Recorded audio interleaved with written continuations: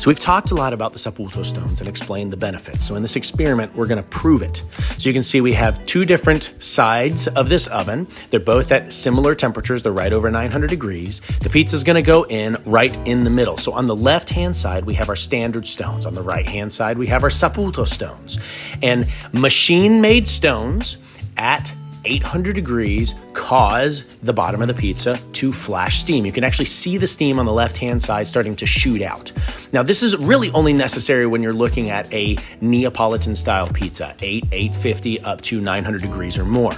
The moisture goes through an immediate phase change. It has nowhere to go with a machine-made stone, so it flash steams and burns the bottom of your pizza.